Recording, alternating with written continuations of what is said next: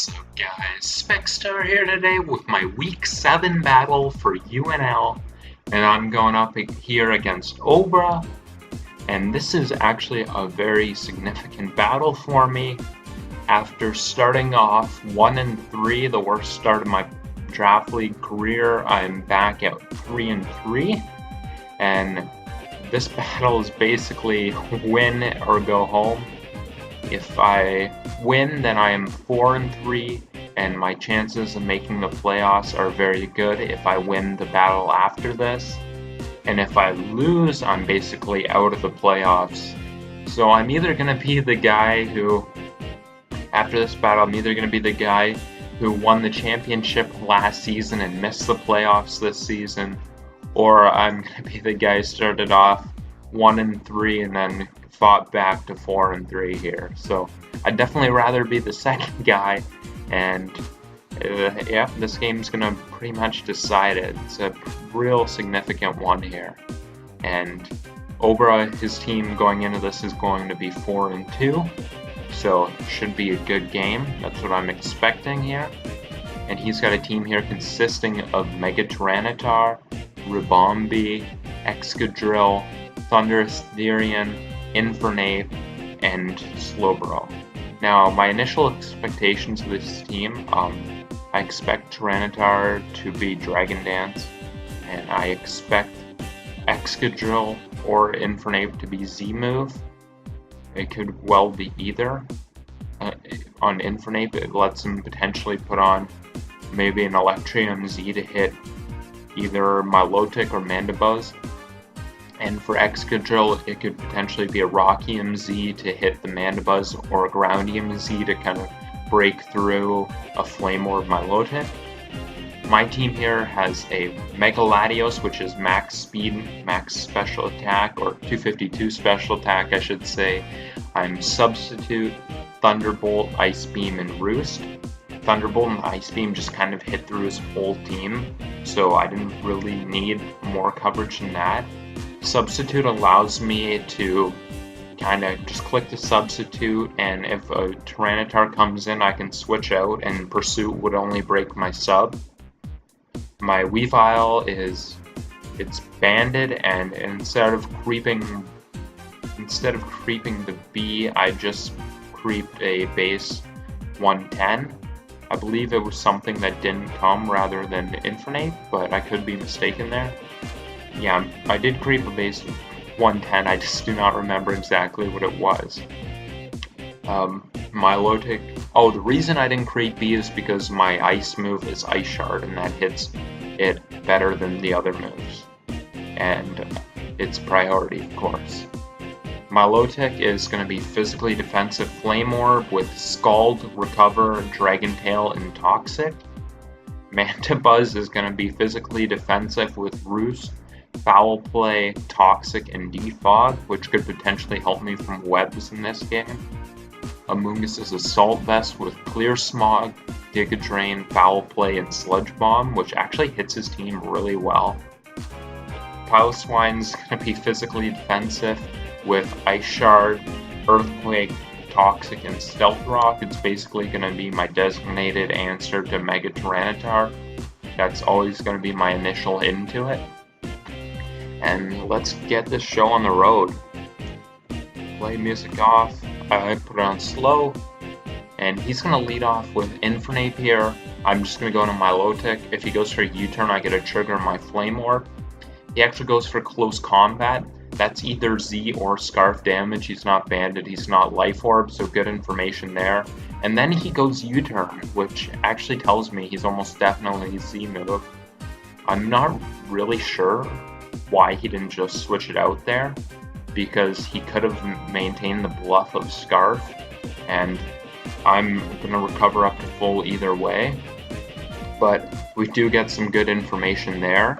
He's going to go into Slowbro while we recover up, and Slowbro does not scare us out. I'm just going to get to throw off a Toxic on this thing, which is fantastic. I'm guessing he did not think we would be Toxic on this set. And he's going to throw off a Grass Knot here. I'm just going to keep clicking Recover because he's going to get worn down by Toxic if he does decide to keep clicking Grass Knot and eventually he's going to have to switch out with me at full or let Slowbro die.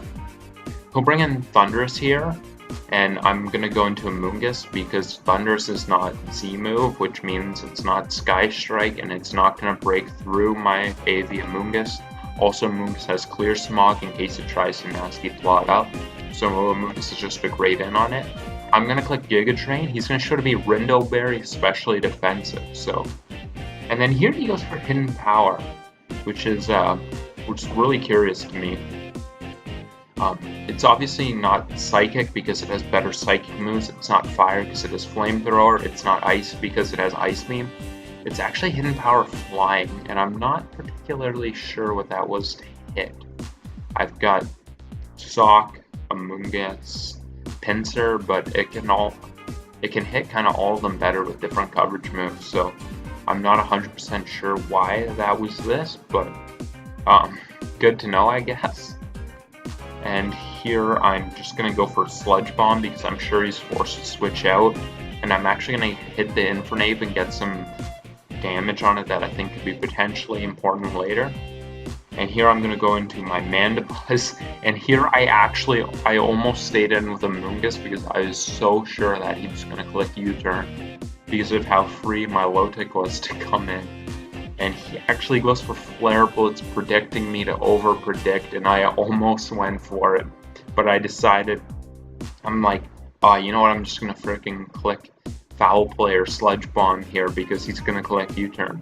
And then I thought, oh, there's a small chance he doesn't, and this Amoonguss is way too important for me. So I do go ahead into Mandibuzz, and that was a close-ass call. And that could have been game-changing there. But fortunately, we do decide to make the safer play. We have a really bulky team, so I think that's where my mind should have been the whole time, playing as safe as possible. But fortunately, we do wind up making that play here. And with his Megatar, I'm just going to go into Piloswine here. He's going to Dragon Dance, but I'm physically defensive. I want to try and get an Earthquake off on this thing. Ideally, I'd like to get in range of Weavile's Ice Shard. My head is at right now.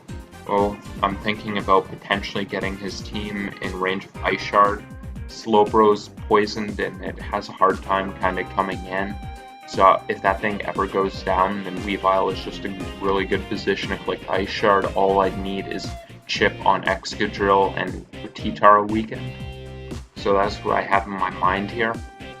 And I'm going to go into my Amoonguss on Slowbro because I'm pretty sure at this point he doesn't have Psyshock, and even if he does, it's not the end of the world because of Regenerator. And here I believe I'm going to click the Foul Play. Yeah, I will click the Foul Play here as he goes down to Thunderous. And he actually shows to have, believe it or not, he has more bulk than just 252 HP based on what that Foul Play did. So he has a little bit of defensive EVs, so that's pretty surprising to me. Definitely not what I was expecting from Thunderous, but very useful information to keep in mind in this point. And I'm not scared of this thing with my Amoonguss. It cannot be Sky Strike because it's not Z. I'm going to click Clear Smog to kind of see if he wanted to go for Nasty Plot. He actually goes Tar. Clear Smog's going to get a little bit of chip on it. We just got to keep chipping that thing down 4% at a time. He's going to go for Crunch, and here I'm actually going to predict him to switch out because I thought T-Tar was his win condition at this point. But he goes for Iron Head there. And here I'm going to try and Earthquake him. He's going to go for Iron Head, and this one actually is going to flinch, but I guess fair enough since he threw off two. It was about flipping a coin for one of the two to actually flinch me. Not a great thing for me because I really did need chip on that, but it's also not the end of the world. I'm going to go Weavile here and just safely click Low Kick. He's going to go into Slowbro, which Slowbro really puts no offensive pressure on me when it comes in, so that never really bothers me. That just basically trade switch initiative for switch initiative. Here I'm going to go to Latios. I'm just going to click Thunderbolt. Dragon Dance Tar is not Pursuit, and I want chip on it. I have my Lotic to come in on it, so I'm safe to just click Thunderbolt here. And Slowbro's actually going to go down. And here he is just going to go right out into his B. I do not want to take a Moonblast. I'm going to go right out into my Amoonguss safely. He gets up webs. Webs suck, but they're not really that bad for me. If you look at the impact of webs right now, what they do is they slow down Weavile, and Weavile I'm trying to win by clicking Ice Shard anyway. So basically the big thing they do for him is they make it so that Weavile doesn't outspeed Tyranitar, because I'm pretty sure he's Jolly based on damage at this point. So that is something it can do. That means I can't bring in Weavile on it and force it out with low kick, but that's about the extent of its role. Based on his team, I probably won't have two. Oh, I should have kept it paused while I continued talking. Based on his team, he has. What was I saying? I kind of lost my. Based on his team, Mandibuzz will not have too many opportunities to defog. It could potentially undrill depending on its set and maybe on Infernape. So getting rid of webs is probably not going to be worth what it takes in this game. So I'm readjusting my game plan towards having them up, and that's what I'm going to do. And he's going to U-turn here. I'm actually going to predict him to bring in Excadrill, and I'm going to click Foul Play. And it's very close now to being in range of Ice Shard. I do not want to take a big hit from Earthquake, so I'm going to go out into my Milotic.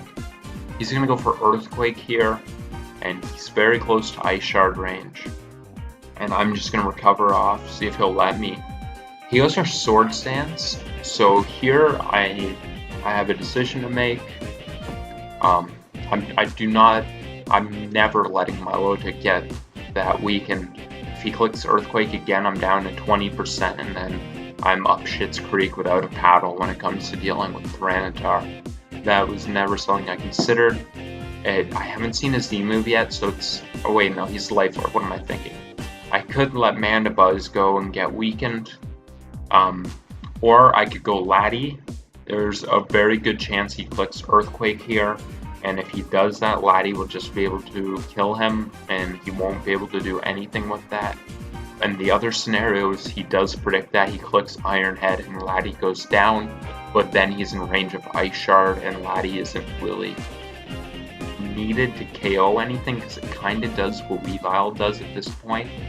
So I decide my best play is just to go into Laddie, because either way I'm not in too bad of a position. And that's exactly what I'm going to do. And he is going to click Earthquake, and I calced it, and Ice Beam is very likely to be able to take him out, and that's exactly what it's going to do. So I'm in a good position here right now. Excadrill is definitely a threat. It always is when you pair it with Sand. And here he's going to bring out his Ribombee. I'm just going to go into my Amoonguss, and he's going to throw off a Bug Buzz. It's going to do 0 on Assault Vest. I'm going to click Sludge Bomb, hits everything, covers any play he could make, and he actually is just going to let the B go down. So now we're off to 5-on-3, and it's looking increasingly good for us. I just have to stop the Tyranitar. And here I'm going to go ahead into my Mandibuzz. He's going to go for his Inferno Overdrive here, and he's going to bring us down to 53. And here I actually decide to make a really ballsy play. To him, it's clear that I'm not going to take 2 Flare Blitzes or close combat, so it's clear that the obvious play for me, and I'm also not in a good position if he goes for Sword Stance. So it's clear to him that the obvious play for me is just going to Roost, and I thought that he may try to take that opportunity to U-turn into Tyranitar and put pressure on me. So instead of clicking the Roost, I'm actually going to click Toxic here, because Toxic will wear down his Tyranitar and make sure that it's a lot easier to deal with. And he does go into T-Tar, so that's just a fantastic turn for me. Made a little bit of an aggressive play there and have paid dividends. And he's going to be on a timer. I just need to stall him out with my Milotic until he gets in range of Ice Shard. And I'm going to go Milo here. He's going to Dragon Dance. Here I'm just going to Scald, because even if I lose my Milotic, this is the main thing I need my Milotic for, and it's going to be in range of Ice Shard if my Milotic goes down. I get a crit here, It may, I'm not sure about the exact math, it may or may not have saved him. It may or may not have saved me 1 differential in this game. It definitely wouldn't have changed in any scenario, win or lose, but it may have saved me 1 differential in this game, depending on what the next round of Toxic would have done versus what the extra Scald did. Not the biggest deal, but of course any hack sucks. He's going to go Thunderous. Amoonguss is always my answer on that. If he tries to set up, I can clear Smog his setup away. He's going to go for Dark Pulse here, and I'm just going to go for Sludge Bomb, and I'm going to take that out. He'll go into Infernape, and I know that I can go hard into Latios to try to save differential without risking the game, so I'll do that. And he's going to go for Flare Blitz, and we are going to be able to win this game 5-0. I do save a differential from going into Latios. Normally I'm not too crazy about differential, but where I am in the league, differential matters for me and whether I get into the playoffs or not. So I'm going to grab onto any bit of it I can. And we're going to actually go from 1-3 here to 4-2. And I'm finally at a positive differential for the first time in the season. I'm at +2. And after a little bit of a mini rut we got into, it looks like we're starting to get better and fix the issue there. Interestingly enough, in this league, I started off, I won my first 8 games in this league, and then I had that stint where I went 1-3, and then I won my next 3 games, so I'm basically 11-0 with a 1-3 stuck in the middle to kind of ruin that a little bit, but it's a little bit interesting to me, maybe not so much to anyone else. Right now, for the first time in the season, we actually are in the playoff picture, but we're definitely not in the clear. I'm competing with Soap, who we played and lost to week 1 in a tough game there. We're competing with him for a playoff spot largely, and we're also competing with Obra for a playoff spot, who we beat here.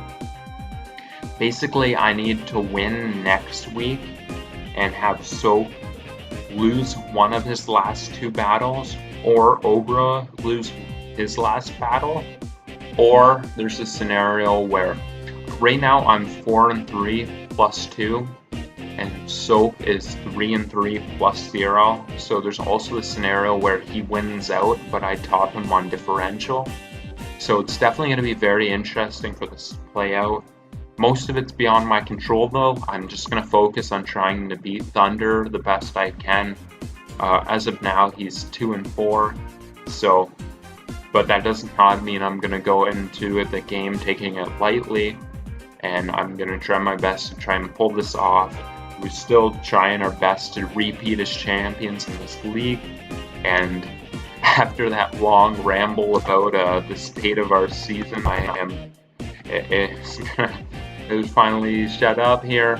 I really want to thank you guys for watching, and I hope you guys stick through it for our last game and hopeful potential playoff run, and have yourselves a good night.